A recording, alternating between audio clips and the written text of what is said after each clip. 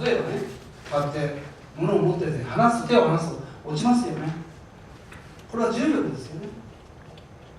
地球が物体を引っ張ってるわけですよね。これ見えないんですよね。だから重力っていうのは見えないわけですね。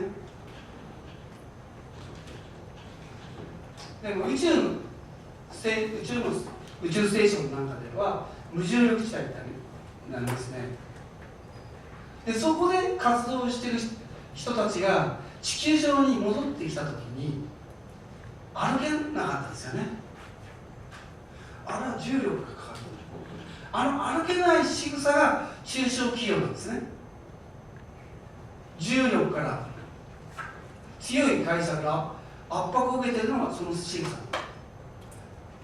だから、裏を返すと常に自分の会社、重力は強い会社の重力を受けない無重力地帯ってどこなんだ、空白地帯はどこなんだということが今日のお話の中で、こうやって話の中で戦略と戦術は違うんだよということをまず分かっていただきたいですね。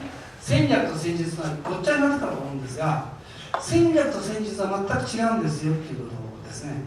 でもう一つ、ランチェスター法則をここでお話しすると、戦略っていうのは強い会社のやり方と弱い会社のやり方2つあるんですよということですね。